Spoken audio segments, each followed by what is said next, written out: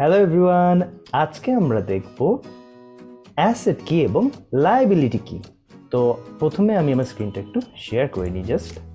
So আমরা ফার্স্টে দেখিয়ে নিই যে অ্যাসেট জিনিসটা কি। সো আমরা যদি ডেফিনেশন দেখি, অ্যাসেট হলো যে কোনো কিছু যেটা আপনার পকেটে টাকা দেয়। Okay, so anything that puts money in your pocket হলো অ্যাসেট।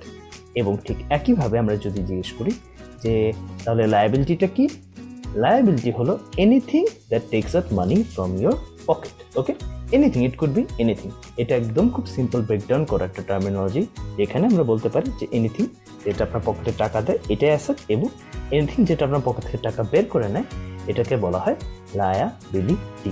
এটা হলো অ্যাকর্ডিং টু রিচ যারা এবং যারা ইনভেস্টর, বড় ইনভেস্টর, তাদের মধ্যে একদম সিম্পল অ্যাসেট এবং লায়াবিলিটির সংজ্ঞা।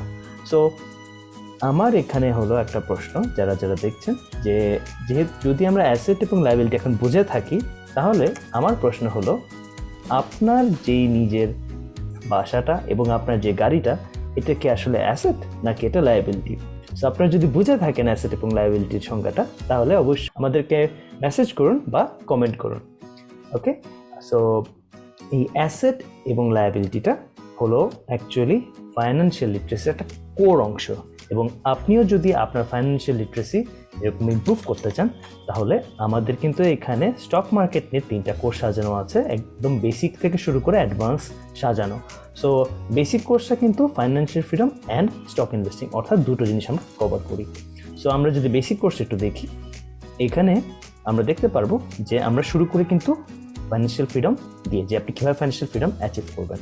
সো ওখানে কিন্তু আমরা এরকম বিভিন্ন রকম ফাইন্যান্সিয়াল লিটারেসির টার্মসগুলো বুঝে থাকি আমাদের এই কোর্সটাতে, এবং তারপরে আমরা স্টক মার্কেট নিয়ে শিখবো, যে স্টক মার্কেটের একদম বেসিক টার্মসগুলো আমরা এরকম ঠিক একইভাবে সংজ্ঞাগুলো ভেঙে ভেঙে ছোটো ছোটো করে শিখবো। সো আপনারা যারা এরকম ইন্টারেস্টেড আছেন স্টক মার্কেট নিয়ে শিখতে, তাহলে দেরি না করে আজ এনরোল করে ফেলুন।